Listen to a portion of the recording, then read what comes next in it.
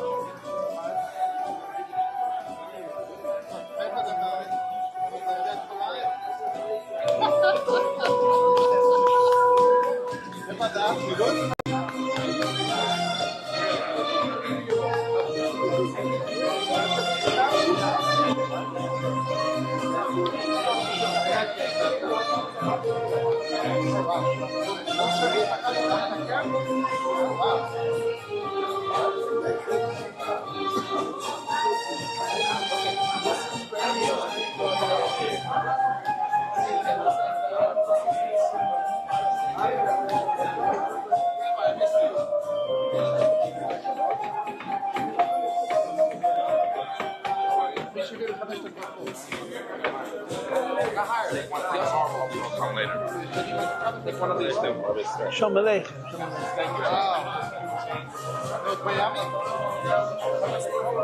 I asked them. What's your name? Emo it is. H-E-M-O. Shalom Aleichem. Tzlacha Rabba Mefloga.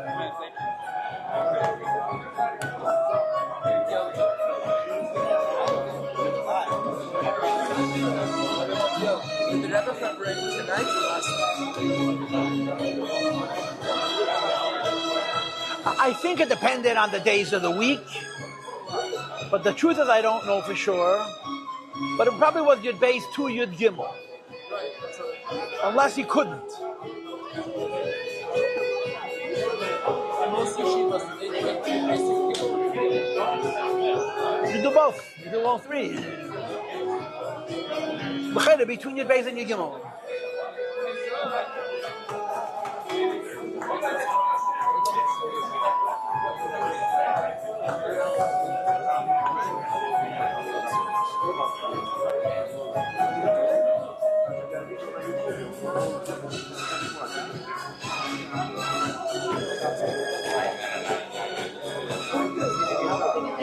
Shezam and Tzamach. This is an old one. yes. Hilchas Noshim.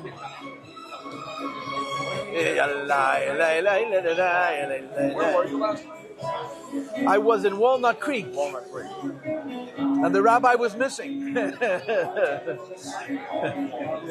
you sleep? Is that why you got a little frisky over there? There was no rabbi there? No, it was a beautiful Fabrengen. I wouldn't go risky at all. In a good way. Yeah, I slept by Gopin. I was supposed to stay by Rabbi Korf, but he was not.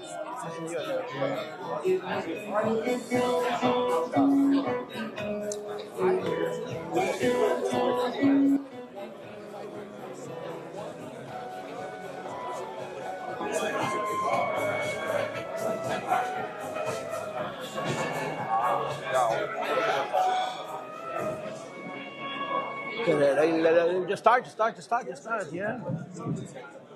Yom Tov. Thank everybody for joining us at this annual Fabrengen here, which we have Yeshiva Peter Duncan with the part of Jewish Center of North Beach, Magen David, the base Menachem community. thank all the people who made the event happen. Rabbi Orchman couldn't make it tonight. He's actually celebrating his 50th birthday, but he's watching online, so I want to wish him, Orchman family, Shabbat Shalom for 50th birthday, and Shabbat Shlichus. Amen. And the families who helped make this event possible. The Liebensberger family, the Menkes family. Menkes? Which Menkes? Menkes didn't come yet, but we want to Surely thank Menkes?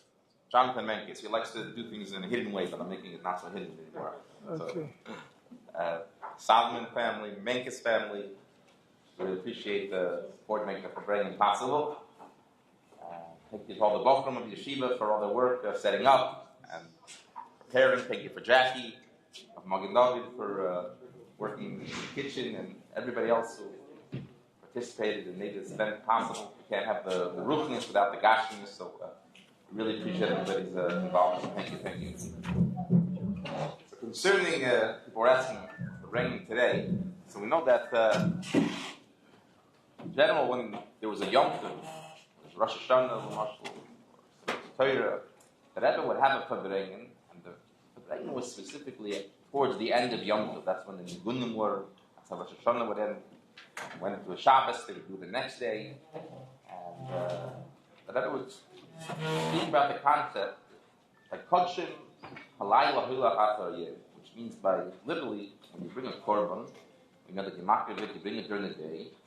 Nevertheless, the time to eat it is that night. You have all the way to night until Loisha Shabbat. So by Kodshim, by holy things, by korbanos, the night goes after the day. Whatever you did in the day, you have till that night. And the Rebbe would give the shot on this that says, not only Kodshim as korbanos, but anything holy. A Hilik Atag, a holy day. Yom Tov, and how much more so we're talking about Yud-Beis and Yud-Gimmel Tammuz. We know that it's really a double extension. In truth, the same kfiyas as it was that year, the original 1927, the Frierdiker Rebbe was really released on a Tuesday. Nevertheless, Tuesday was similar to a Sunday. Like in our calendar, the office wasn't open, so it was Mashuk. It went to the next day. So the day after, already going to Yud Daled, the union is we want to keep the holiness, keep that specialness of the day, the inspiration, the Mesiras Nefesh, everything which we're going to hear soon of Fabrengen, that it shouldn't just be on the day itself, but rather it should give us a koyach for the whole entire year. And this is connected, obviously, with the beginning of Yud-Beis Tammuz this year. The state of Florida World Jury really lost a very, very special neshama down here in the world, Avram Korf. He was the first shliach of the Rebbe who was sent out here. He came here. There was hardly any Yiddishkeit, and people didn't know about mitzvahs and kashrus, and he went literally from place to place and established hundreds of shluchim throughout the state of Florida. Chinuch energy, mitzvahs, really somebody who gave his heart and soul to make sure that Yiddishkeit does. He would say, he spoke to the Rebbe told him, I have to go to shluchus. Where are you going? Florida. He's ready to go anywhere. He didn't know where Florida was. He had somebody to show him on the map where Florida is. He said, that's where the Rebbe wants me to go. That's where I'm going to go. And he asked the Rebbe, so what's my shlichus here? What am I supposed to do when I get to Florida? And the Rebbe told him, everything and anything. That was his famous saying. Everything and anything that had to do with Yiddishkeit, that's your achrayus, that's your responsibility. Anything that has to do, you have to go and there's a Yid and they need to be connected. That's your that's your responsibility. And with that, I said before, hundreds of shluchim, hundreds of thousands of Yidden throughout the decades that he was here. Rabbi Korf, besides establishing all the Chabad houses, 61 years, he was the founder of this yeshiva here, Yeshiva Torah. He started this originally with directives from the Rebbe. The Rebbe said there's supposed to be a Balshuv yeshiva. Wrote in, I don't know if it was him suggesting it, but that was directive. It's supposed to be a Balshuv yeshiva in the state of Florida. And he told us at a Fabrengen once that in the early memes, maybe some of the elder people here they remember it, he had two moisters at the same time. He had the Balshuv yeshiva, around Yud-Gimmel time, give or take a year, and he had Landau yeshiva, which is what's currently known as LEC.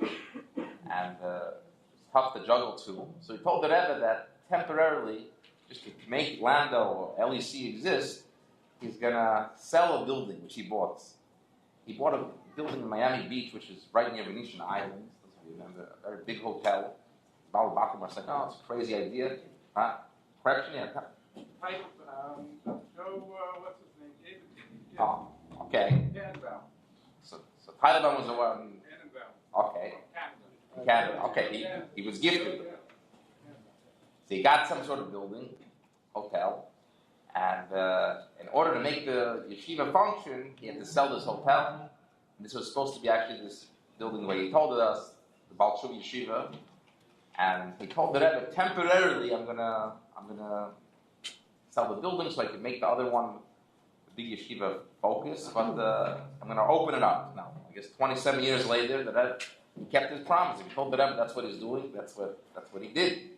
So in 2010, Kaczynski and I ran our first program here, and right here in this very building, Magen David, and we opened up our doors that if people want to learn four Sidorim in the morning, Chassidus, Nigma, Halach in the afternoon, Chumash, PowerPoint presentations, Chassidus at night.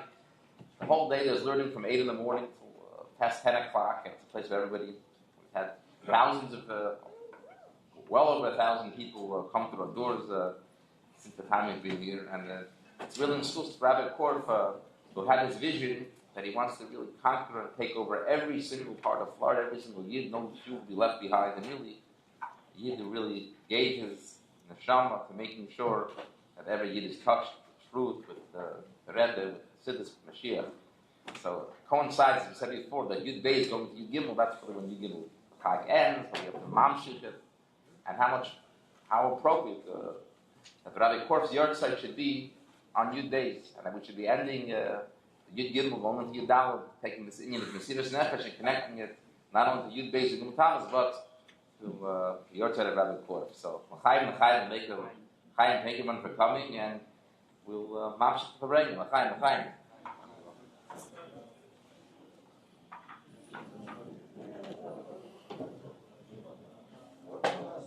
Ay, ay, ay, ay, ay, ay, ay, ay, ay, ay, ay. Ay, da, da, da, ay, ay, ay, ay, ay, ay, ay, ay, ay.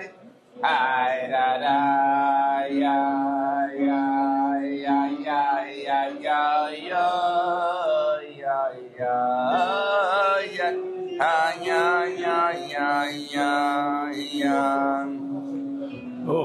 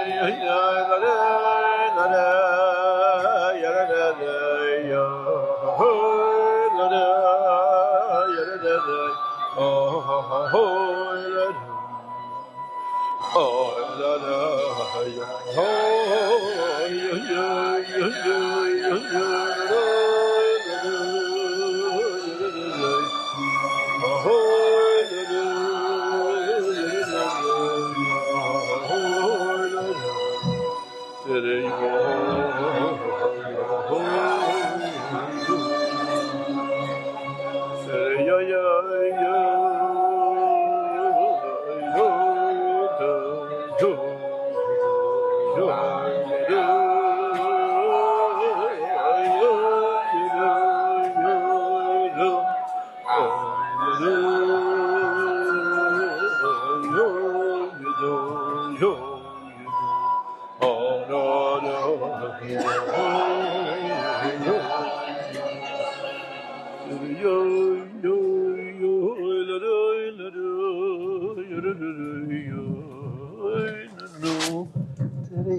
Okay, Shalom Aleichem, everybody.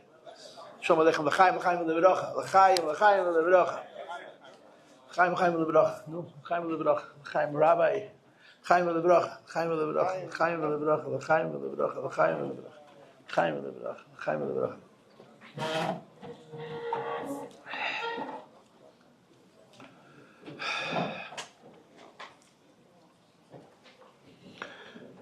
In Crown Heights, there was a Yid by the name of Osher Batumer, Osher Sasonkin.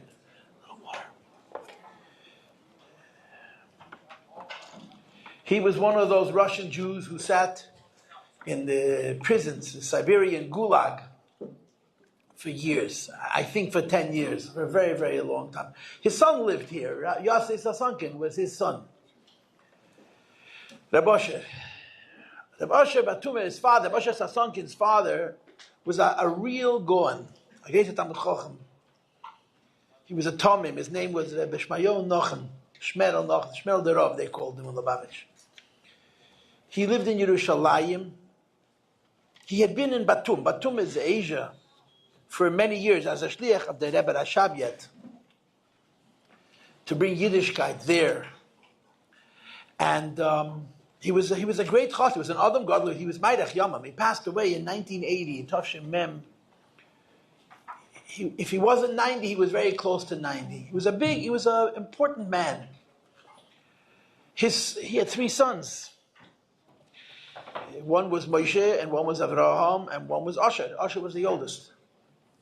His other 2 sons, Stalin kept. His other 2 children never get out of Russia. They died in the gulags. And one of them had a son. His name was in Yerushalayim. In Kfar Chabad, there was Avraham Sasonkin. He was named after his father, as far as I know. But Asher was the oldest, Asher Batumer. He spent years. He was a man about Yisurim Neiroim, a Jew from that generation. You understand, from that world, a big Bal Yisurim. He spent many, many years in Siberia. He was one of the first people to get out of Russia. I think he came in 1963, which was a very big chiddush because they were not letting people out of Russia at that point. And the story is, this is just a little vort. The story is that the Rebbe spoke to people very formally. The Rebbe spoke to people very formally. In Yiddish, to someone that's very close to you, someone very intimate, you say du, which means you. To someone that's more respectable, you say ir.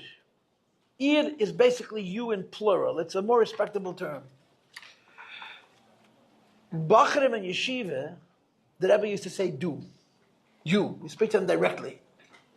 As soon as they got married, even younger light, the Rebbe would say ir, which was a form of respect, but it also connoted a certain distance, a certain formality. The Basha came from Russia in 1963, and he had a yechidus with the Rebbe, and in that yechidus, the Rebbe referred to him as ir, which is a formal allusion of you rather than du, which is a more intimate allusion to you. He was shocked. Because a Rebbe and a Chassid is the closest relationship that could be. He had been by the Friedrich Rebbe. I don't know if he was by the Rebbe Rashab, the Friedrich Rebbe. And a Rebbe speaks to Chassidim, every Chassid is the Rebbe's child, even if the Chassid is older than the Rebbe. And the Rebbe talks to the Chassid directly. And here the Rebbe is speaking to him with this formal respect, and it deeply bothered him. So he told the Rebbe in Yiddish, Favos is the Rebbe memerachik. Why is the Rebbe creating distance between him and myself by addressing me formally? And the Rebbe said to him, Du zestois älter fahren Taten. You look like you're older than your own father. That's what the Rebbe answered. And the Rebbe didn't mean, you look like you're older than your own father, you have a wider beard, you understand? The Rebbe meant your father is a big Goan, taka big Goan, and a big chassid. But you're a Bal Mesiras Nefesh. And you're older than your father. You're older than your father. So I'm speaking to you with respect, but it's not distance. It's respect. You look older than your father. Rabbi Asher was in 770 all the time. Rabbi Asher was a simple man. He wore a casket. I didn't know him. I saw him, and I certainly heard him. Rabbi Asher talked very loud. He never spoke in a soft voice. But people who knew him said, Ed Lenin, he was a learned person. He was a Reb Shmenel's son.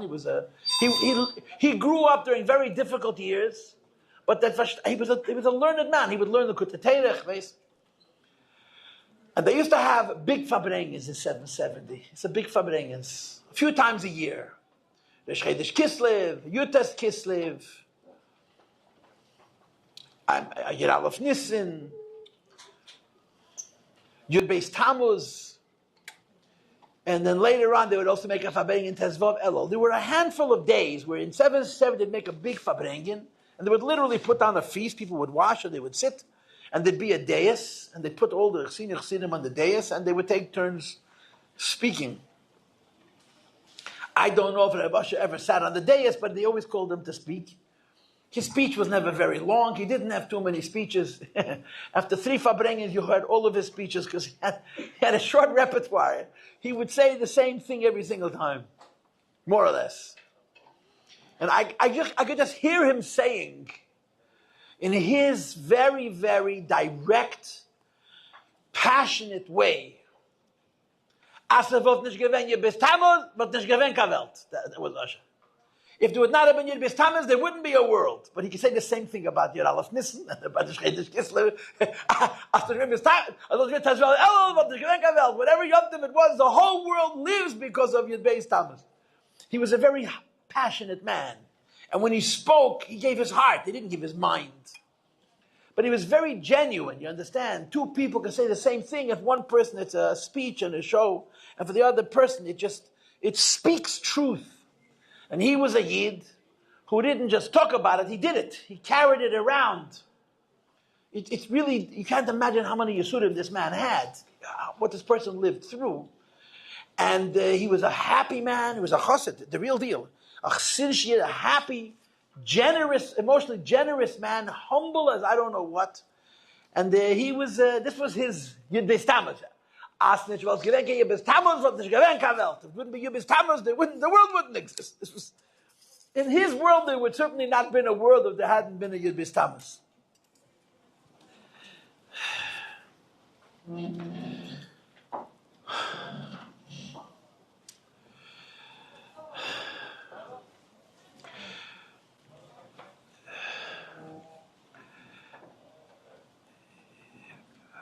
I guess let's just start briefly with a little bit of history. I have a certain direction that I would like to take the Fabrengen in.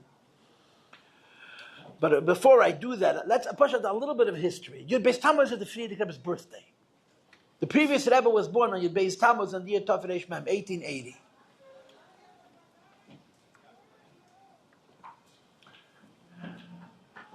Which means in 5 years we're running out of Tillim. If there's still people, Rabbi Korf, from the last people who said the Friedrich Rebbe's kapitel, you're holding Kuf Mem Vav, I don't know, you run a kapitel like Pashat. So what do you do when you get to Kuf Nun? You start over from the beginning, you make another kapitel. Tov Reish Mem. Friedrich Rebbe was born on Yud-Beis Tammuz. But he's not going to get younger. The Friedrich Rebbe is not going to get younger. After Mashiach comes, for sure he's going to get older. Madach, now he's getting older. If the Mashiach comes, for sure he'll get older.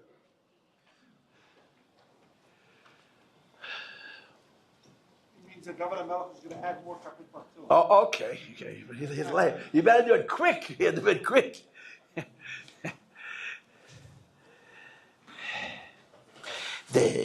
Of course, the story that's brought down, the Rebbe told the story that his sandik was his grandfather, the Rebbe Marash.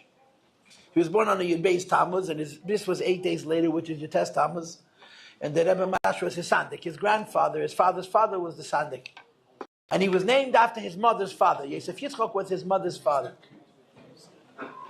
And the Friedrich Rebbe himself told the story that when I had my bris, like all children, I cried. Kederach hayalodim, I cried. So when I cried, my Zayde said to me, "Was weinst du? As du wirst auswachsen, wirst du sein." And there's a missing word, which everybody understands, is the word Rebbe. Und wir sagen, Chassidus besofa beruda. Why are you crying? When you're going to grow up, you're going to be a Rebbe, and you're going to say Chassidus besofa beruda with a clear diction, clear order. This is Yud-Beis Tammuz.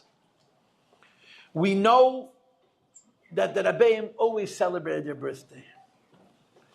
The celebration of birthdays used to be considered not particularly Jewish, not particularly religious, because the only birthday you have in Chumash is Parei. Yom Huledes es Parei. So there's a presumption that birthdays are something that a Parei has to celebrate, but real Jews, every day is their birthday.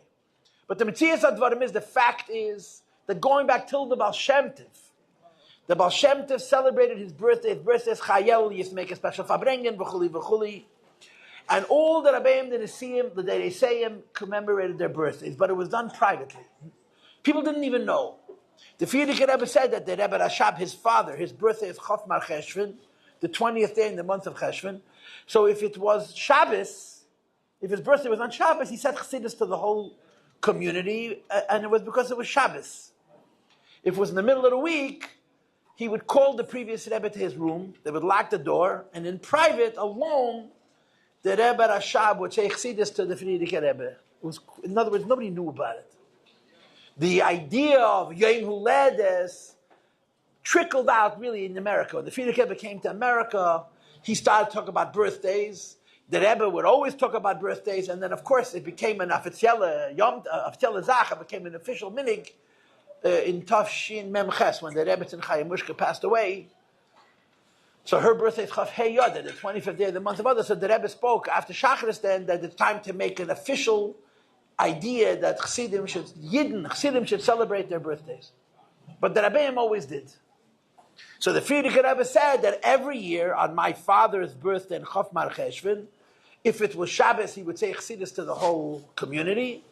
And if it was a weekday, he would call me into his room, and very quietly, very privately, nobody else but him and I knew about it, he would say Chassidus.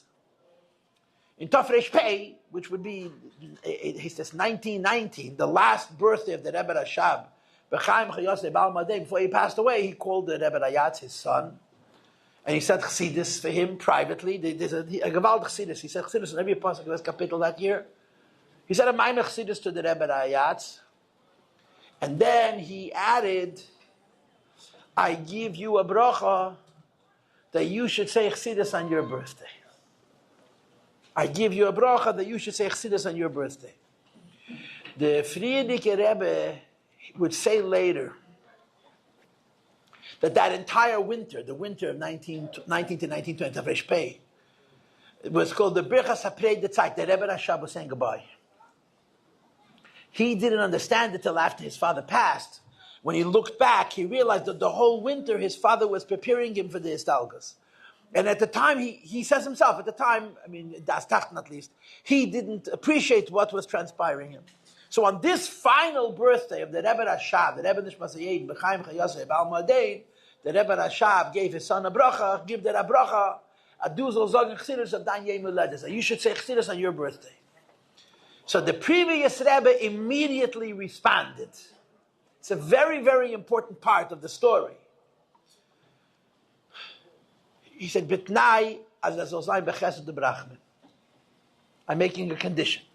No, but he knew that his father just told him that he's going to be a Rebbe and say Chassidus, and he didn't turn it down. He didn't say no, but he made a condition. The condition is bechesed, kindness and compassion, and the meaning of the words bechesed brachman means that the Rebbe's relationship with Chassidim should be b'chesed b'rachmim. It doesn't mean that the Amish should treat him b'chesed b'rachmim. That the Rebbe's relationship, the Rebbe repeated this when he became a Rebbe. Our Rebbe repeated it. And he explained that the meaning of the word b'chesed b'rachmim is that the Rebbe says, the previous Rebbe said, and our Rebbe said the same thing, I'm agreeing to be a Rebbe on one condition. I'm only going to see the good. I'm not going to see the bad.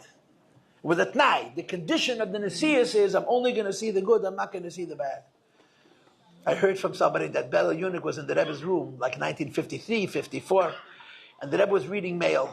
And the Rebbe said like half to himself and half to him, it's a nest that I decided that I'm not going to see anything bad about Jews. It's a nest, it's a miracle that I decided that bad stuff I don't see. This is the type Chesed B'rachmim. So the Hayom Yom finishes, Hatas Gedayed Zibin Yar. It took 7 years. His father told it to him in 1920. For the first 6 years of his Nesias, if he said Chassidus on his Yom Haledes, he said it just to family members, I don't know to whom. But in 1927, when he came out of jail, Yud-Beis Tammuz became a Yom Tov. And from that point on, saying Chassidus on his birthday became an official thing, not only because it was his birthday, but because he was released from prison. So from that point forward, the Friedrich Rebbe's Yom Haledes became an occasion for Chassidus for more reasons than one. And it's a Yom Tov, Yud-Beis Tammuz and Yud-Gimmel Tammuz. As you know, we don't say Tachman. It's a Yom Tov which the previous Rebbe officially announced. The Friedrich Rebbe made this into a Yom Tov, and he wrote the famous letter that on Yud-Beis Tammuz it was not I alone who was released from prison. Elakol mechaber ve'teru mitzvah. Every Jew who loves Torah mitzvahs was released from a prison on Yud-Beis and Yud-Gimmel Tammuz. Ad asher b'shem Yisrael yichuna. Even a Jew whose identity as a Jew is seen as a secondary definition of who he is, he also was released from a jail, from a Maaseh, from a Golus, on Yud-Beis and Yud-Gimmel Tammuz. This is the way the Friedrich Rebbe understood the Yom Tov, Yud-Beis Tammuz. And of course, each year on Yud-Beis Tammuz, the Friedrich Rebbe made a Fabrengen. He used to write a maimer and he would say a maimer. He would give out a maimer before for people to study. And then he would make a Fabrengen. By the Fabrengen, he would say a second maimer. Yud-Beis Tammuz is a very important Yom Tov. It's the Yom Tov of Mesiras Nefesh. Yud-Beis Tammuz really is the Yom Tov of Mesiras Nefesh. And the words Mesiras Nefesh, they slide off your tongue easy. You know, you live in America, Mesiras Nefesh, it's a celebration of self-sacrifice on the highest level. Gering zu sagen, it's very, very easy to say that Yud-Beis Tammuz is a Yom Tov of Mesiras Nefesh.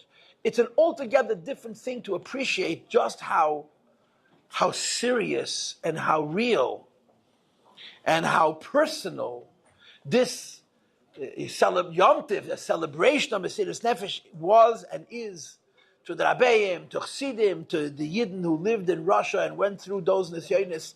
Yud-Beis Tammuz literally is a celebration of the Inyan Mesiras Nefesh. The Friedrich Rebbe said once at a Fabrengen in Russia in those years, he said, Yidden, take advantage of the opportunity to have Mesiras Nefesh now, because there will be a time that there will be no longer an opportunity to have Mesiras Nefesh, and then you're going to miss it. Setzer Benkin. The Rebbe said, take advantage of the opportunity to have Mesiras Nefesh now, because there will be a time that opportunity will no longer be.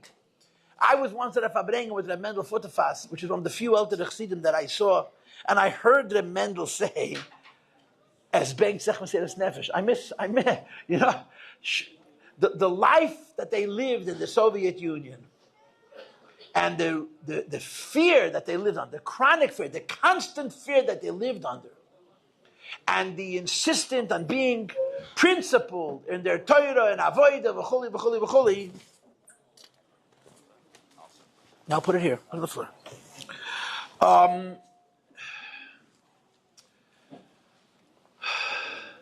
Is extremely, extremely powerful. As American Jews, we don't understand Mesiras Nefesh. We have our own version of it. But the Mesiras Nefesh that Yidden lived in the Soviet Union for those years, and the charge and the direction that the Friedrich Rebbe created for that Mesiras Nefesh is a very real and a very serious thing. And Seif Kol Seif, it has a shaykhs to us. This Mesiras Nefesh has a connection to us. It's a Yom Tov that celebrates people being Jews at an incredible cost. That's the only way to say it. Yidden giving everything to be a Yid. This was what it was. And of course, the essence of the story of Yud-Beis Tammuz was that when the Soviets took over Russia, they very, very quickly destroyed everything that was Jewish. They destroyed the yeshivas, the shuls, the mikvois, the chadorim, everything that was Jewish they destroyed. And a lot of the Gedolei Yisrael ran away from Russia. A lot of the Gedolei Yisrael left Russia because they couldn't live And the Frierdiker Rebbe was very, very disappointed. The Frierdiker Rebbe said that in the time of crisis, leaders have to stand up and be counted, not run and save themselves. And the Rebbe would say that there was a vacuum created in Russia that he needed to fill. And he filled it with Tmimim. He filled it with his own students from the Yeshiva that he had created 25 years before. And the Mesiras Nefesh to the Frierdiker Rebbe was without any constraints. The Frierdiker Rebbe then led from the front. The Frierdiker Rebbe created a charge of Mesiras Nefesh that people should risk everything, should give everything necessary to hold on to Yiddishkeit. And the Frierdiker Rebbe himself lived this way. If you study the history of the 20s, if you study the Frierdiker Rebbe's life in Russia, what emerges, I think, without any question, is the Frierdiker Rebbe never thought for one moment that he was going to survive. The Frierdiker Rebbe did not have a plan to save himself. The Frierdiker Rebbe's Mesiras Nefesh was powerful and overt. It was loud. It was noisy. Everybody knew it. And he basically dared the Soviets to try and stop him. He was going to spread Yiddishkeit, business off, and until they would not let him do it anymore. And this was the approach. And if you read the Sichos, which now are printed, you see how the Frierdiker would sit by Fabrengen and tell stories of the Moranos. He would sit by Fabrengen and tell stories of the Crusades, the Masayis Hatzlov. He would tell stories of Tach V'Tat. He would tell actual stories of Mesiras Nefesh al Kiddush Hashem. Real stories of people who have names, who existed at some point, who literally, he would tell these stories, and he rallied Chassidim to live on the level of Mesiras Nefesh. But the first one was him. And there's a lot of details, but the essence of it was that he pushed the envelope, and he pushed the envelope, and he pushed the envelope, and they arrested him. And when they arrested the Frierdiker Rebbe, it wasn't supposed to take a long time. You understand? He was taken in, he was supposed to take a few hours, and that would have been the end of it. It's a groise nest. One of the greatest miracles was that Rebbe was told to go to a particular room, and he just didn't get there. He didn't go. I mean, groise nissen. In Das Tachte, you could say that the reason the Frierdiker Rebbe made such a Yom Tov at Yud-Beis Tammuz was because the fact that he survived was an act of God, because it certainly was not his own act. For one moment, the Frierdiker Rebbe did not think about himself. He thought about the mission. The fact that he survived was the hand of God, mamish, basically overriding his complete sacrifice for the purpose that was necessary at that time. This is a feeling that I have, that the reason he made it into a Yom Tov, because he says this God did. This Yom Tov, Yud-Beis Tammuz, was the Eibush that spared the Frierdiker Rebbe's life. And the Frierdiker Rebbe said, the sparing of my life is a sign of the sparing of Yiddishkeit. In Russia, it would take many, many years. But today, in Russia, there's Yiddishkeit just like there is in any other place in the world. It took a very, very long time, but the Frierdiker Rebbe felt that his fight and his survival was a sign from the Eibishter that there's going to be a success, there's going to be a victory, there's going to be a Didan Notzach. And this is why we make a Fabrengen Yud-Beis Tammuz. It's a Yom Tov of Mesiras Nefesh. It's a Yom Tov of Jewish people who were Jewish in a world that was black and white. I had a grandfather, his name was Matel Schusterman. My wife's grandfather was the Rebbe's Balkaire. And I knew him. See, he told us that he left Russia on the same train as Reb Nissen Nemenov, who was also my wife's grandfather. And Reb Nissen was a big chassid, was a very unusual man, a groise ovid. Reb Nissen sat on the train with, I don't know, a couple of hundred Lubavitchers who all left together on one wagon load, one echelon. And as they crossed the border from Russia into Poland, Reb Nissen spoke. And he said, I want you all to listen very carefully. He says, I want you to understand that we are going from an Eilam HaEmes to an Eilam HaSheker. We're going from a world of truth to a world of lies.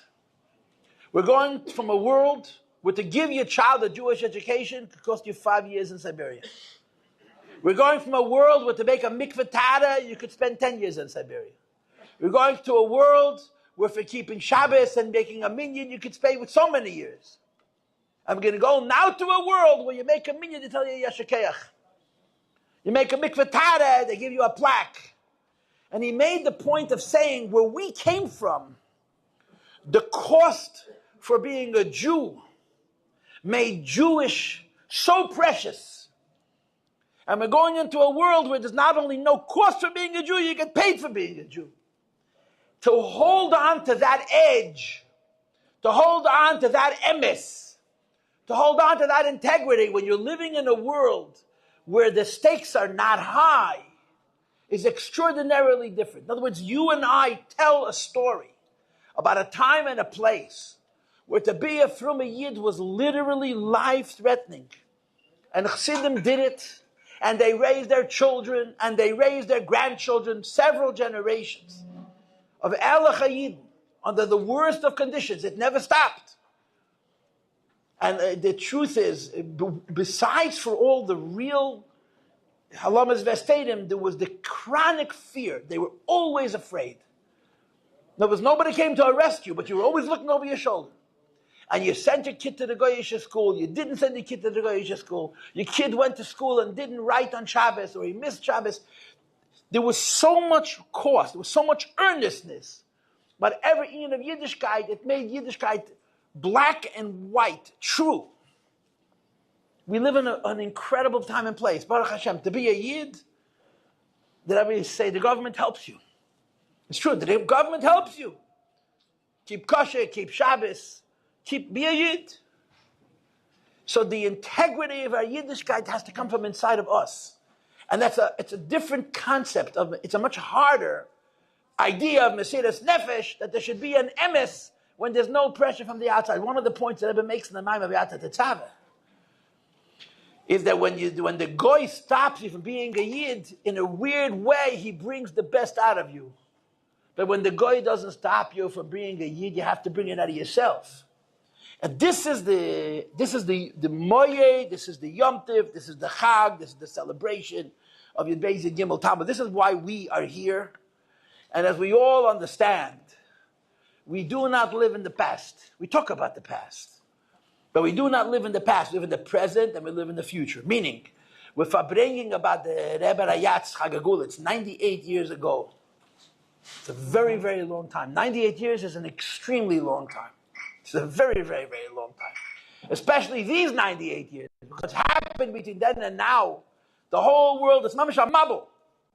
Right? Noach came out of the Teva and he saw a new world. The world that the Frierdiker Rebbe went out of jail in is no longer. It's a new world, a completely new world. And we talk about the Mesiras Nefesh that they had then, not because of then. We talked about the Mesiras Nefesh that they had then because of now. We have to find it within ourselves to create the equivalent emes of Mesiras Nefesh. And thank God there's no guy to help us. We can only use our own Yetzer Hara to help us. So l'chaim v'levracha, a guten Yom Tov and Zalamin, and as Rabbi Asher said, I've nit vayid Yud-Beis Tammuz, but nicht gewinnt a Welt. That's what he would say. So Ebi Shahaf to sein a Welt, to sein a Yiddische Welt, und a Chassidische Welt, und wir sollen belegen zu dem Welt. L'chaim v'levracha, l'chaim v'levracha, l'chaim, Shalom Aleichem Harav, l'chaim v'levracha, l'chaim v'levracha, l'chaim v'levracha, l'chaim v'levracha. Tere ya ma ma ma ma ma ma ma ma ayam ayam ma ma ma ma ma ra ra ra ra ra ra ra ra ra ra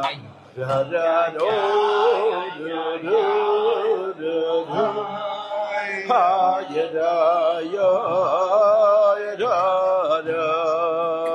yam ma ma ma ma ma ma da da da da da da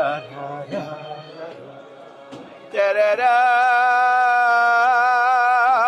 ya ya da ya da ya da ya da ya da wa ya la da ya nam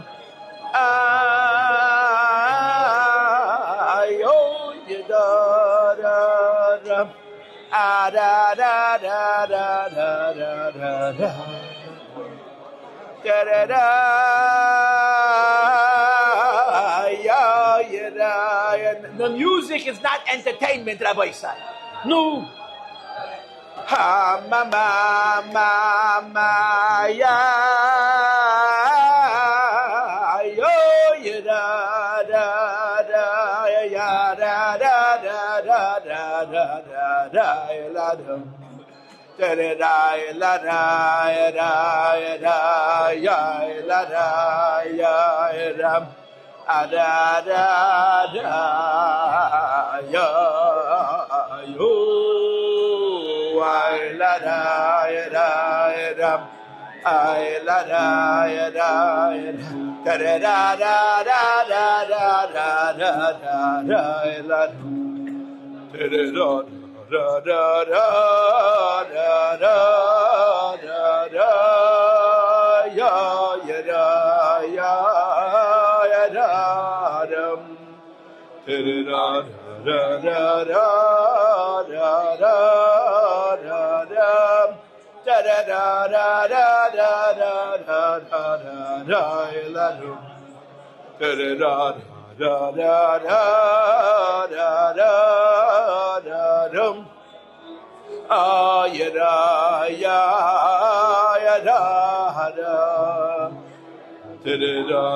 da da da da da da ya la dum da ya da da ya da da ya la dum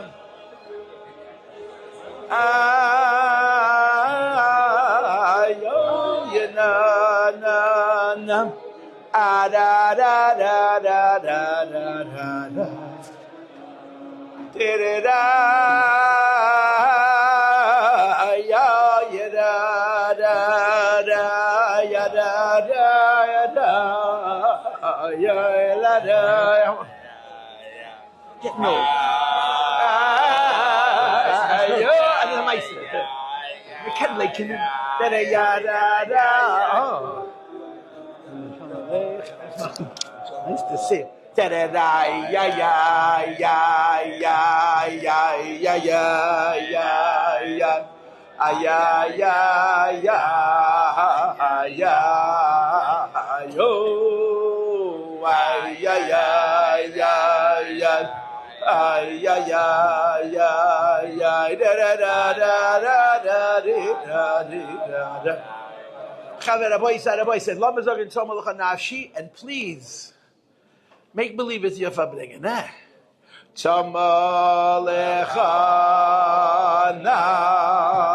nafshi, kama lecha b'savari, b'yeretz yaveh believe. Oh,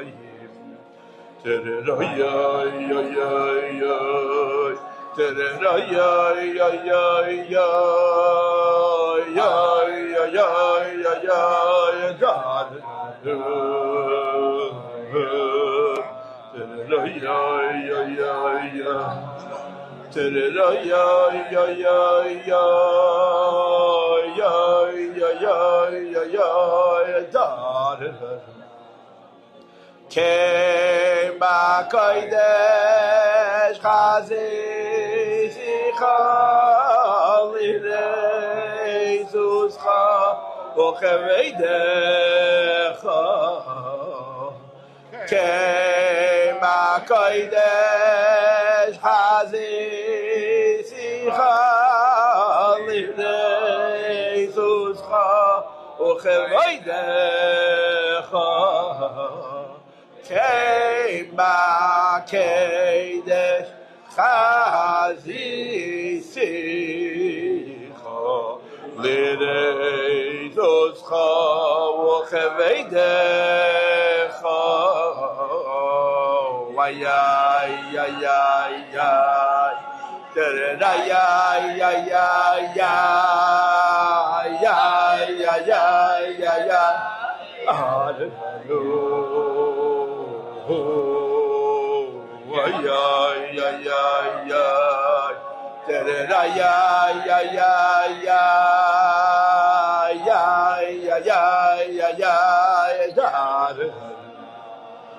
Tzama lecha nawashi, kama lecha besawari, b'yeretz tiyave yoyev b'li hoyi.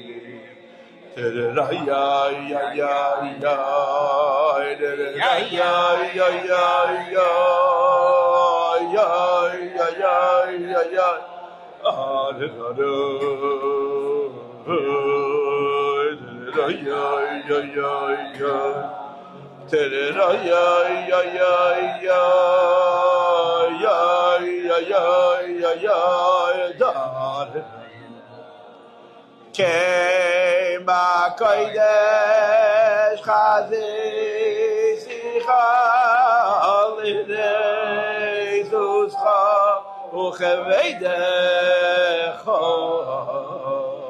Kema kodesh chazi sicha lidei zuscha ucheveidecha. Kema Kedesh Chazi Sicha Lirei Zoscha Ucheveidecha Ayay Ayay Ayay Tererayay Ayay Ayay Ayay Ayay Ayay Ay ay ay ay ay, ay ay ay ay ay ay ay. Chaim, Chaim with the bracha, Chaim with the bracha, Chaim with the bracha, Chaim with the bracha. 68 plus 30, yeah. L'chaim with the bracha, L'chaim with the bracha, L'chaim with the bracha, L'chaim with the bracha, L'chaim with the bracha. Lubavitch, the shtetl of Lubavitch, was extremely remote. It was very, very rural. To such an extent, it still is. Yes, it still is. It's even more remote. To the extent it didn't even have a train station. But Russia was a backwards country, and they tried to make a railway from Moscow to Siberia, and they made it. But they missed Lubavitch. If I'm not mistaken, the rail went till before Lubavitch, and then it started again after Smolensk. The story was that when the Rebbe, the Tzemach Tzedek, was the Yossi, there was talk about making a train that would run through Lubavitch. And the Tzemach Tzedek said, the third Lubavitcher Rebbe said, by Zich in Dalad Amis Benich HaBalabos, in my 4 cubits, I'm the Balabayas, and there was no train station. If you wanted to come to Lubavitch, to the Rebbe, you had to stop in a shtetl called Rudny, which was about 10 kilometers away. And then you either walked or you took a coach, because Lubavitch did not have a train station. And the Tzemach Tzedek said he doesn't want a train station, and he dialed whatever numbers he needed to dial, and he made whatever arrangements he needed to make. And Lubavitch was very remote. Because Lubavitch was Chassidus, in the old traditional sense of the word. It was about pnimius, it was about avoida. It was about closeness to God Almighty. And the closer you are to God Almighty, the further you are away from the world. It's not so complicated. And Chassidim who came to Lubavitch were literally going to another world. A lot of those Chassidim in the shtetl where they lived was also the other world. There was no train station there either. But Lubavitch was a place of ruchnius and chassidus that was defined by the fact that it was removed from the world. And we know the story that Lubavitch was the Ir Abira Lubavitch was the capital of Chabad for 102 years. The Mittler Rebbe arrived in Tovkafai in Dalit, Elolai in Gimel, I guess, and the Rebbe Rashab left in Yom Rishon L'Pashas Yeret Tafrei Shayim Vov, which is about 102 years, from 1813 until the end of 1915. So let's say October, November. When the Rebbe Rashab left Lubavitch on Yom Rishon L'Pashas Vayera Tafrei Shayim Vov, officially he was running away from the First World War. Because we have the Yeshivas, you can see it's all written down and published. Because when there was a two-front war, there was an Eastern Front, there's a Western Front, as you probably know. Nobody trusted the Jews. The Germans didn't trust the Jews, the Russians didn't trust the Jews, the French didn't trust the Jews, nobody trusted the Jews. For good reason, the Jews didn't want to get involved. What's the Goyim, what's her name? Elizabeth's granddaughters, what was her name? Not Elizabeth. Victoria's children wanted to fight. It's not my business that the cousins want to kill each other, want to have their citizens kill on their behalf, whatever it was. So the governments wanted Yidden to be loyal to them. Every government wanted the Yidden to be loyal. And one of the things that they would do to affect this was they would kidnap Gedei Yisrael. And they would ransom them not for money, but for favors. And when you get involved in a war on one side, you can't say, I want to change sides. It doesn't go that way. War is worse than politics, if you could imagine such a thing. The Rogatchover ran away from this. A lot of the Gedei Yisrael, when the front came close, the people of prominence and fame had to leave because their lives were in danger. The Rebbe Rashab, there's a whole Rishima, there was meetings that took place all summer, and the Rebbe Rashab, Kvayochel, had no choice but to leave because it was kind of the Chayev.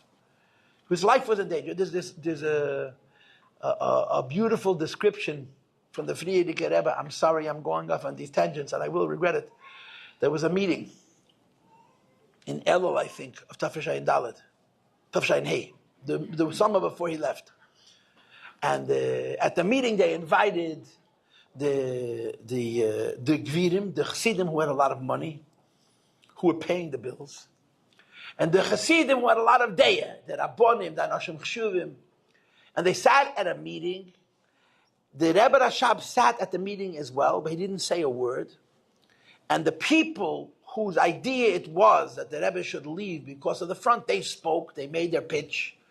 And to speak in front of the Rebbe is hard, but not to speak in front of the Rebbe under those conditions was harder. And they argued why the Rebbe has to leave. It's a part of history which is recorded in great detail. The previous Rebbe wrote it in his journal, and they now publish it. There's a book which is called Yud-Beis Hagnozim, and this big fat book, Yud-Beis Hagnozim, these Yeshivas are published. So one of the people at the meeting was a famous chassid by the name of Rabbi Simcha Chen. Rabbi Simcha Chen was a big chassid and a big lamdan. He was a goan. But the Rebbe Marash told him to go into business. And he was exceedingly wealthy. He was, by today's standards, a multimillionaire. But he was more comfortable in the Beis HaMedrash than he was in his business. And as his children ran his business, he davened. He was a chassid, he was a big chassid and a great oishet. He was a big lamdan and a big chassid and very wealthy. He was very well respected. B'chlal, Mishpachas Chen, the Chen family in Chabad is the most important mishpacha outside of Shnei Esim. And he was sitting at this meeting and he's listening to the discussion. To him it was news, he didn't know about it. So the Frierdiker Rebbe describes, the Frierdiker Rebbe writes this. He's sitting and he's sitting and he's sitting and he blurts out, Haste just the words popped out of his mouth. He was then in his 50s. Haste us, as der Rebbe fort von uns weg. Wie kann das der Rebbe tun, anbetten bei unsere Schuss? He just platzt. What you're saying is that the Rebbe is going to abandon us. The Rebbe is going to leave us behind. How could the Rebbe leave us without getting our permission? That's what he said. So the Frierdiker Rebbe writes in his notes, that outburst had no practical relevance. But it was chassidish, it was immaterial. There was a practical situation. But the genuineness of this, how could a Rebbe abandon his chassidim? So the story is that the Rebbe Rashab sat in a wagon, traveling to the train station, which was 10 kilometers away from Lubavitch to Rudnia. The whole yeshiva came out to see him off, and he waved goodbye. And officially, he was coming back tomorrow. You know, the war was going to end. He was going to come back to Lubavitch. That was the official stance. But as he sat in that wagon, the previous Rebbe said, my father said to me, for 102 years, Lubavitch was the capital of Chassidus, Chabad. And now we're going to go into Golus. In other words, the Rebbe Rashab knew, in spite of all the plans, that this was a one-way trip. They're not coming back to Lubavitch. And they moved from a very remote shtetl to a very big city, to Rostov. And the Rebbe Rashab would say about living in Rostov, Yeshivas kraken kosher. To be a chassid who serves Hashem and is holding by pnimius, and the magic word in Chabad, the idea of Beinani. When you live in a remote village where there isn't even a train station, is a possibility. To live in a big, noisy city with all kinds of distractions and all kinds of opportunity and so forth and so on is an impossibility. And the Rebbe Rashab conceded as much. We're moving away from the shtetl, we're moving to the shtot. And he didn't want to do it, but he also understood that this was destiny. In other words, that Rebbe Rashab didn't see this as something which he was going to try and avoid. It was something that he hoped wouldn't happen. But he knew that this was the hand of God, that Eibush did. God Almighty was making this happen, and he was going along with the Ratzon of the Eibush. Just to give you a practical example, in Lubavitch, the Rebbe Rashab did not at all get involved in the local community. The Rebbe Rashab used to say, you cannot learn what the Chabad minig from how people behave in my shul. The Rebbe Rashab never said a day, not in the Gabos, and not in the Chazonis, and not in the Nusach. He didn't mix in. When he came to Rostov, first of all, he built a mikveh, which was very, very important, because for the first time, Yidden were living in a city where they didn't have a river. To build a mikveh on a river is not so difficult. To build a mikveh from rainwater is very, very difficult. And the Rebbe Rashab designed and built a mikveh of Meik Shomim, and it's the father of 1,000 mikvahs. Because he knew and understood that this wasn't just one person moving for a few days. This was a change of direction for the whole Jewish world. We're moving from the shtetl, we're moving from a peaceful and holy, and if I may say, impoverished world, to a world of opportunity and a world of challenge, the world of the big city. And he got involved in the community. He got involved in the elections of the Jewish board in Rostov, which was a big city. And in Lubavitch, where the whole city was 20 mishpachas, he didn't mix in. In his mind, he understood that this was a change. In 1927, the Rebbe was arrested, the Frierdiker Rebbe, which is, of course, the Yom Tov that we are celebrating. He was arrested. They wanted to shoot him. And the Eibishter made a groise ness.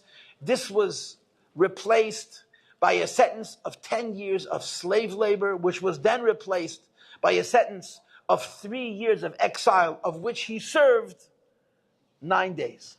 That's how it all played out. They got into Ma'ase, it was 3,5 Wochen. But what the Frierdiker Rebbe, first of all, the Yesuri Aguf, they tortured the Frierdiker Rebbe. They beat him viciously many times.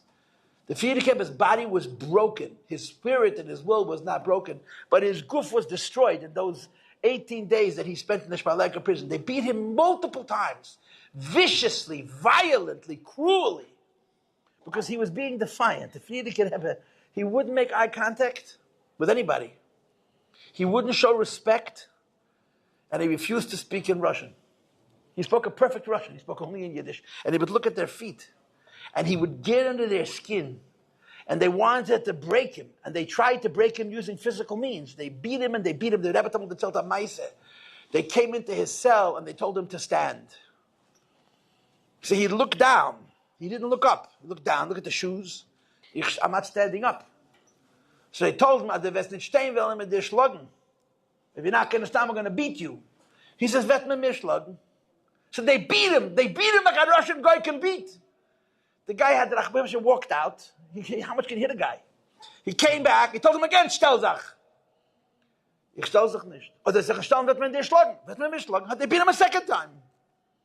and they walked out. They came in the third time, they came up with a hamtzah. They told the Rebbe Ayatz that they're calling him to the office.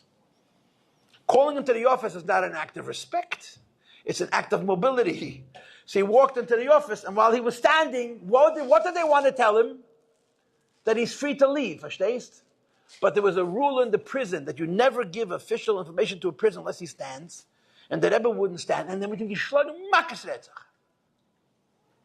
he came out of jail. He came back to Peterburg. You know, the Rebbe's in Chaim Mushka used to tell the word from the Beli Pirsum. She would always talk about this her whole life. She talked about the Beli Pirsum. She went with her father. When the Friedrich Rebbe went away to Kostrama, he took two Chassidim and a Chassidus there. He took along Rebbe Chol Dvorkin. He took along Rebbe Chaim Altais. These were famous Chabad personalities. And the Rebbe in Chaim Mushka, she went with him. And there's a lot of details to the story. They say that when the Rebbe was told that he's free to go, there was nobody in the room. And the Rebbetzin danced in front of her father, and she sang, Niet, Niet, Nikava. That's what they say. The Rebbetzin liked the nigga, Niet, Niet, Nikava. So Tuesday, he was told unofficially that he's free to go because the offices were closed because it was a legal holiday. So he had to come in Wednesday to report. Every week he had to show up and report, and they told him he's free to go home. So the Rebbe, Friedrich Rebbe, told the Rebbe in Chaim Mushka to make a phone call, which was then a very big deal. Today, you can't even imagine that a phone call cost any money, but then it was a big deal. And the phone call was, in the Reheim of Shabbos, Beli Pirsum. That was the message. We'll be home for Shabbos and don't tell anybody. In the Reheim of Shabbos, we'll be home for Shabbos, Beli Pirsum. And the Rebbe in Chaim Mushka, her whole life, would talk about her father saying to her, to tell the house, Beli Pirsum, don't tell anybody. He came Friday, the same kviz as this year. Friday was Tezvav Tammuz. Yud-Gimmel Tammuz, Yud-Beis Tammuz was Tuesday, Yud-Gimmel Tammuz was Wednesday, just like it is now. Friday he came home. Shabbos was another Ma'ameh Chassidus. I don't know how soon after, but within a week or two after he came home, he disappeared from Peterburg, from Leningrad. Because he realized that the Soviets realized that they cannot touch him. They can't touch the Friedrich Rebbe. So they started to punish anybody who came close to the Friedrich Rebbe. The Friedrich Rebbe was the leader. But he was not a secret leader. He was outspoken. His picture was in the paper. People knew who he was. This is a Maimed Amuzge, but this one is a good one. One of the most hysterical stories you'll ever hear about the Soviet story is, there's a Yid, David Yossi Shul's name is Rabbi Kastel. Rabbi Kastel. His father learned to Temchet Mimim in Neville. His grandfather was a stolen chassid. He wasn't a Babachet. He was a Gon. The Zayde, who was Meirach Yomim, the old man Kastel, was a Gon. The Rebbe told him to learn Zoyar. He was a big Talmud Chacham, a very Chassid, but he wasn't. He was a Slonim chassid. He showed up one day in 1929 with a young Bacharol in the Temchet Mimim in Leningrad, in Neville. 1929, after the Rebbe had already left. And he came in and he asked them to take his son into the yeshiva. So they told him, how do you know that there's a yeshiva in Neville? He says, what do you mean? I read it in the Pravda. I read it in the newspaper. All over Russia, they were talking about how terrible the Shner Sonics is, that they made a yeshiva in Neville. So a Yid read in the paper that it was the only thing in the whole paper that was true, Take. There was a yeshiva in Neville. We have to destroy these terrible Shner Sonics. He picked himself up and he took. That's how he came to Temchet Mimim, because he read in the Pravda, verstehst, that they made a Temchet Mimim. They didn't write that article to publicize Temchet Mimim. They're different kavanas, but that's the Metzias Advarim. How many Yidden are from because of that article in the Pravda? Anyway, the Friedrich Rebbe realized that they're not going to touch him, but they're going to make it impossible for him to communicate to his Chassidim. So he understood that it has to go underground. It has to be decentralized. It has to become cells, pockets of Chassidim working separately from one another. And they don't want to know about each other. In Russia, if you didn't need information, you didn't want information. This is part of the reason he left. There's a lot of pratim. This is part of the reason he left. He left the day after Simchas Torah the following year. Tafresh Beches. It was still 1927. When he made the decision to leave Russia, he spent that whole summer in a suburb of Moscow, isolated by himself, thinking about what he wanted to do. At the end of the summer was the birthday of Temchet Mimim, Yud-Gimmel Elul. So he traveled from Moscow, where he was staying, to Rostov, which is where his father is buried. And he took along his the middle daughter that Rebbe Chaim Mushka traveled with him on the train. And there was a chassid whose name was Shmuel Zalmanov, but the uncle, not the nephew. Shmuel Zalmanov, he lived, he was a sheikhet. Someone sent him a telegram that the Frierdiker Rebbe is passing through, so he got on the train with a jug of Cholav Yisrael milk, which was impossible to get. And he saw the Frierdiker Rebbe sitting with his daughter, and the Frierdiker Rebbe saw him and ignored him. So he stayed for a little while, and he realized that the Frierdiker Rebbe was not happy that he was there. So he put on the milk, and he was going to leave, and the Rebbe, he had 6 bocharim who he was teaching. And he told them to wait outside. He wanted to see how the Frierdiker Rebbe felt about it. And the Frierdiker Rebbe said, Vera, how do you know I'm here? So he told him, Kursk, he was a sheikhet in Kursk. Somebody sent me a telegram that the Rebbe is passing through. So the Rebbe told him, you shouldn't be so smart, and sent another telegram, because it was literally life and death. He went to his father's tzion on Yud-Gimmel Elul, which was the day of the Siyastos of Yeshiva's Temchet Mimim, and he came out and he said, my father said I could leave Russia. Once he made the decision to leave Russia, the fear went away. He went back to Petersburg, and he told Chassidim that he's leaving and that everybody should come. There were hundreds of people who saw the Frierdiker Rebbe once in their life. They never saw him before, and they never saw him after. That Tishrei, Peches, was fire. Anybody who could came to Rostov, because this was a Gabbai, and for most of them, it was the last time they would see the Rebbe. I mean, the tzaddas that would follow, for the vast majority of them, it was the last time they saw the Rebbe. So, Simchas Torah, the Rebbe made an announcement. And it's printed in the Sichos. You don't have to believe me, you can look it up. Nice to see. And he asked that everybody should hear about it. They should spread this word. And he said that people are saying that I'm leaving Russia because of fear. People are saying I'm leaving Russia because of intimidation and other considerations. And the Rebbe said, I have never been afraid of anybody in my life. I'm not afraid of anybody now. My departure from Russia has nothing to do with fear. And he said, Seder Mesuder Yeshkan. There's a master plan. In other words, the Frierdiker Rebbe said, my departure from Russia is much bigger than Russia, and today, it's Seder Mesuder Yeshkan. That's he left Russia. Just like his father had said some, 11 years earlier, 12 years earlier, that the Besach Lubavitch was the Irabira, and now we're going into Golos. So the Frierdiker Rebbe said the Golos is not just going from the shtetl to the shtot, from the small village to the big city, but it's going from Russia to the greater world. The Rebbe came out of Russia, he settled in Latvia, Frierdiker Rebbe did, and I'm sure you know this story. He lived in Latvia for about 6 years. During the entire time that he lived in Latvia, he traveled, Nochanan, he traveled. He was all over. He was in Israel, he was in America, he was all over Eastern Europe and Western Europe, because the Rebbe was looking for where to settle. Frierdiker Rebbe couldn't decide where he wanted to live. He was looking around where he should locate. His stationery for that entire period said temporary residence. From Peiches till Tzadik Daled, his stationery read temporary residence. He was undecided. Where he visited America, and American Jews, in 1929, he spent 10 months in America, 1929, 1930, American Jewry asked him to stay. And I'm going to interrupt again and share with you this thing because it's so powerful. There are interviews that the previous Rebbe did with the American newspapers. And one of the reporters, a Jew, asked the Frierdiker Rebbe what he thought of American Jewry. So the Frierdiker Rebbe said, American Jews are a good dough. If they're properly kneaded, they're going to make really good Jews. Because they're very sincere, and they're very, very genuine, and they're good at heart. So the reporter said to the Frierdiker Rebbe, all the Gedolim who come to America, and you ask about American Jewry, they say that American Jewry has no future. They're all going to assimilate. You're the only one who speaks about a bright future for Jews in America. And I don't know how the Frierdiker Rebbe said it, but he said, okay, we'll see. We'll see what the end of the story is going to be. 17 years later, there's a printed Sikha. In 1947, the Frierdiker Rebbe says, I was here 17 years ago.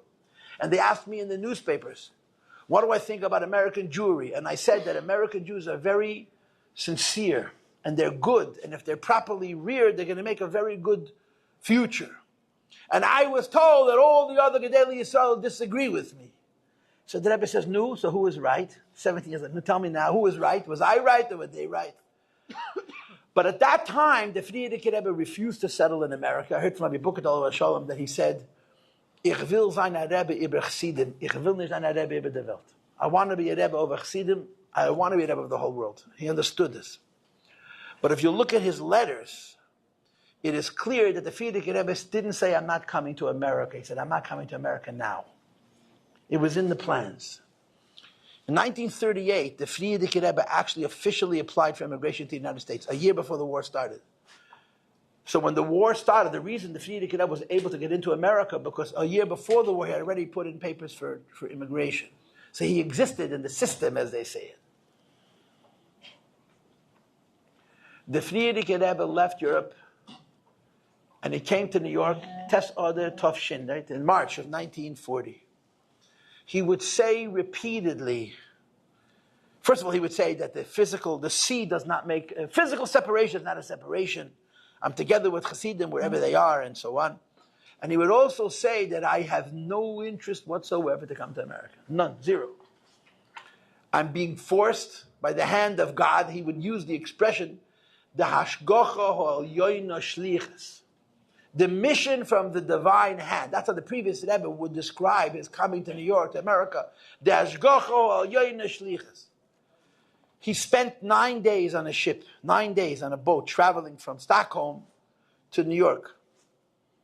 And during those days, the Rebbe sat in his little room, in his cabinet on the ship, asking himself, what is he going to do? What's he going to do in America? He knew one thing for sure, that he's a Rebbe. And the Rebbe has to lead. And the Rebbe has to create a direction. The shaila was, what direction would he would create? When he got here, the Lubavitchers who were already here, and what he would call my so-called good friends, strongly encouraged me to live outside of New York City. They wanted to live in a suburb, in a peaceful place, where he'd be away from the hubbub of New York and go back to a Lubavitch-like Chassidus, where Chassidim would come to see the Rebbe in this rural and this distant location where there was not a lot of noise and there was a lot of materialism, and create a Chassidus like the old version. They schlepped him to Lakewood for Pesach that year. They wanted him to see his options. They were hoping, the problem with a Rebbe is you can't make a Rebbe, you can't tell a Rebbe what to do. You can try, but the Rebbe doesn't what he wants. They tried to finagle, they tried to help the Rebbe make the decision to live outside of New York. And the Rebbe insisted not just living in New York, but living in Crown Heights. Living in Crown Heights then was like living in the most fancy neighborhood of Beverly Hills. He wanted to be where the action was. Hamoina Shalroimi, in the least Chassidish, the maximally material place, this is where he settled. Why? Because he made the decision that he's taking on America. Frierdiker Rebbe. The Rebbe would say in the Sichos, you can see the tapes, der Rebbe de schwer gekommen in Amerika und geworden der Rebbe über die ganze Welt. The previous Rebbe came to the United States and he became the Rebbe with the whole world. He changed his identity and he changed us. He changed his identity that Lubavitch, directly, not indirectly. Indirectly, it was always true. Directly is concerned with every Jew and every Jewish community, every corner on the earth is the Rebbe's business. He came to the United States and he had nothing. He had no money, he had no people, he had no help. Plenty of enemies. People to make his work difficult, there was no shortage. And he just pushed and he pushed and he pushed. And he pushed at a lot of failures. And he had some successes, but you couldn't break the will of the Rebbe. The Rebbe used to talk about the Frierdiker Rebbe, how 3 times in his Nesius had to reinvent himself like a child. The Mamish had become a new person. And in each world that he came, he did the work of that world like as if he had never done anything else in his life. And in America, And in America, the work was little children in Aleph Beis. Kleine Kinder to Aleph Beis. I heard once the grown-ups say the story is not true. So I don't know if it's true or not, but it's interesting, The true stories and interesting stories. None of the grown-ups heard the story, but in other words, it's if even the story didn't happen, the idea of the story happened. Rabbi Groner, Olav Shalom from Australia, was a very big Talmud Chacham. He was a Gaon. He was a masmid. He learned Torah day and night, even as a Rav.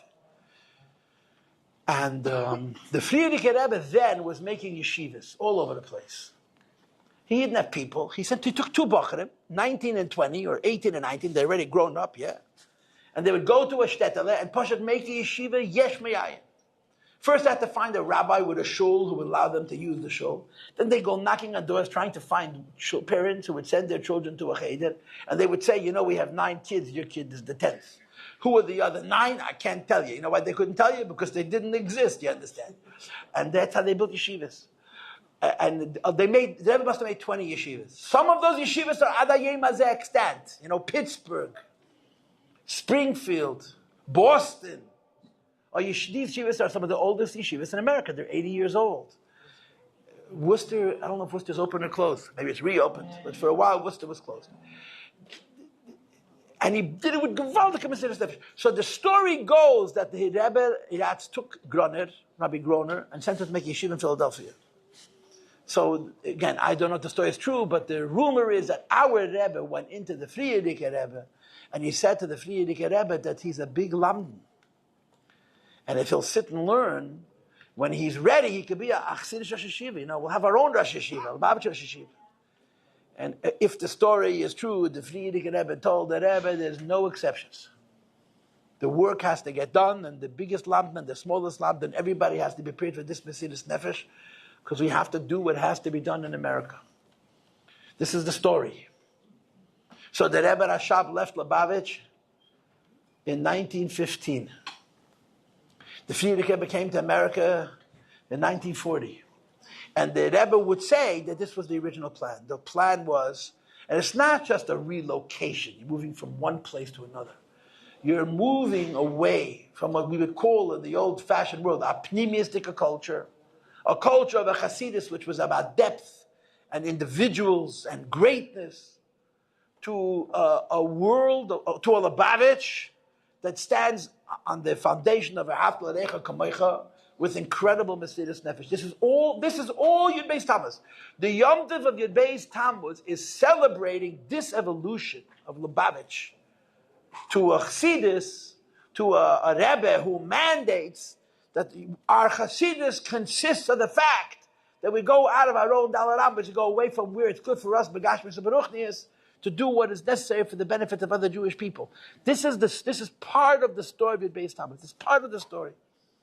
And when the Rebbe would tell the story, one of the details that he would add is the idea of the translation of Chassidus into other languages. Chassidus was in Lashon Kodesh, it was in Hebrew. On rare occasion, there'd be a maimer in Yiddish. But you didn't translate Chassidus into German or French or English. It was inappropriate. It was beneath the sanctity of Chassidus.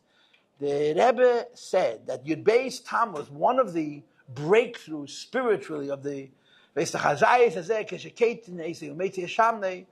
translation of Chassidus into many languages. It's in other words, Yud-Beis Tammuz is the beginning of the Lubavitch we know.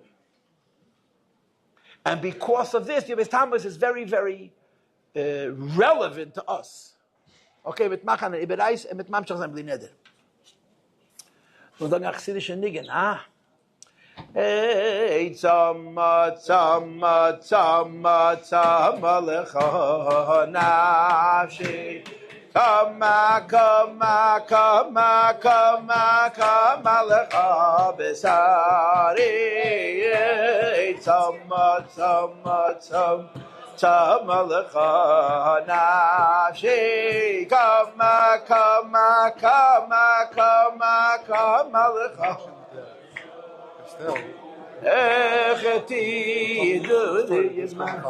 Isn't that a great story?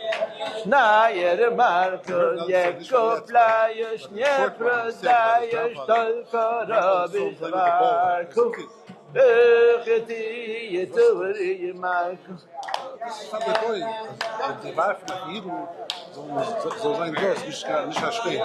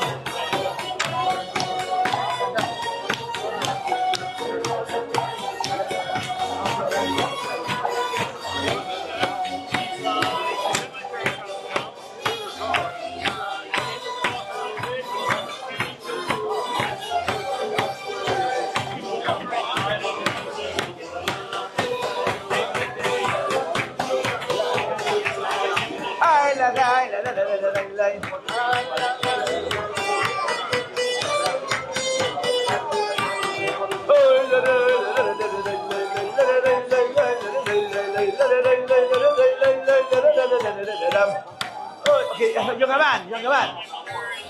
Do you know the Osher Nikolai is niggin?